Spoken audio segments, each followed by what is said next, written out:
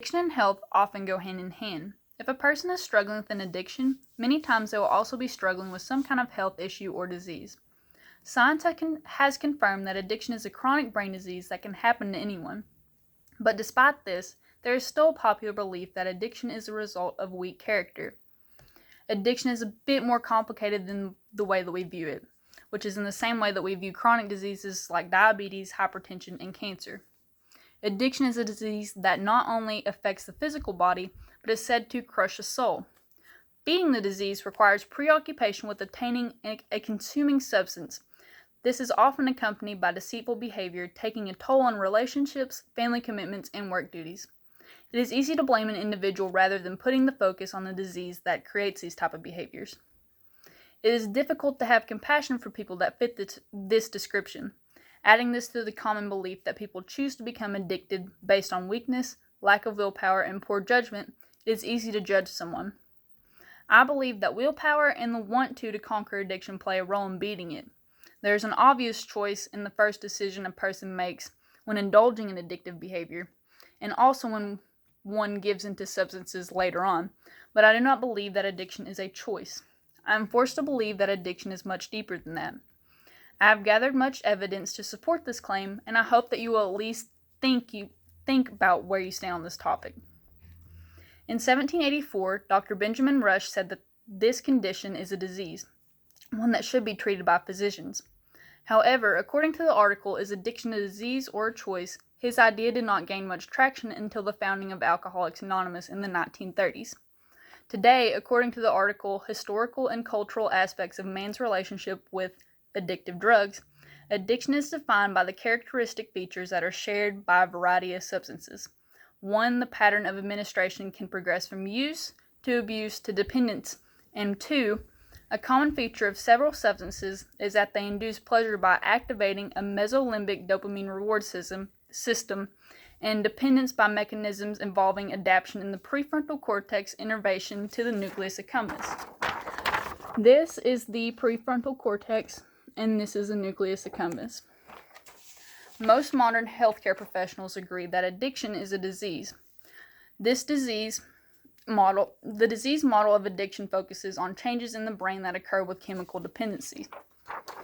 Here I have an addicted brain, and here I have a healthy brain, so you can visually see how addiction takes a toll on your brain. Once these changes occur, choice is essentially no longer an option.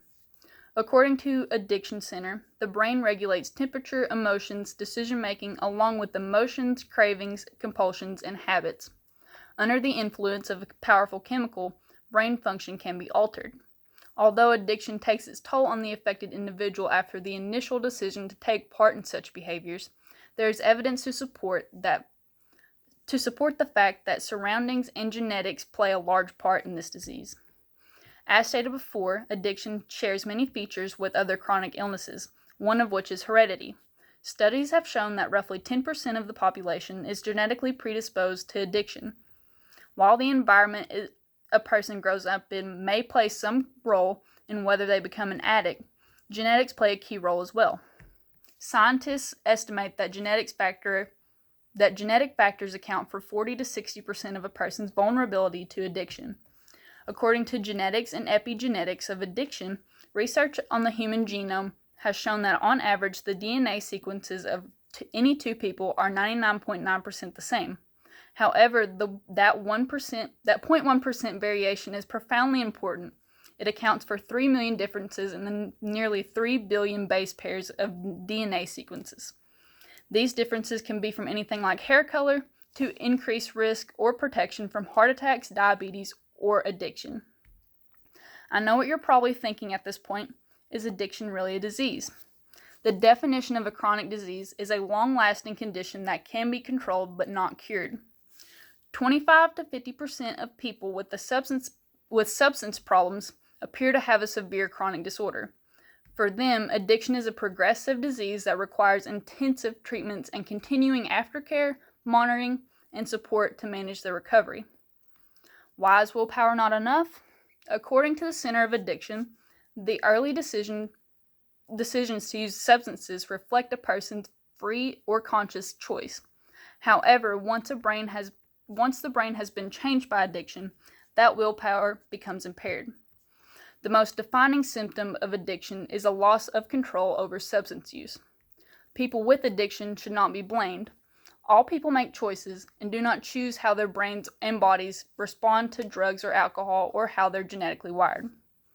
Some people think that addiction cannot be disease because it is caused by an individual's choice to use drugs or alcohol. While the first uses may be by choice, once the brain has been changed or genetics come into play, experts believe that the person loses control of their behavior. This is precisely why we should not be so quick to judgment. Understanding that addiction, although initially may be a self-destructive choice that one believes that they can control, it is not anyone's fault. It is a disease, and a person may not be able to control it due to their genetic makeup. I hope that this evidence I have gathered, at the very least, made you think about where you stand on terms of this topic. Thank you.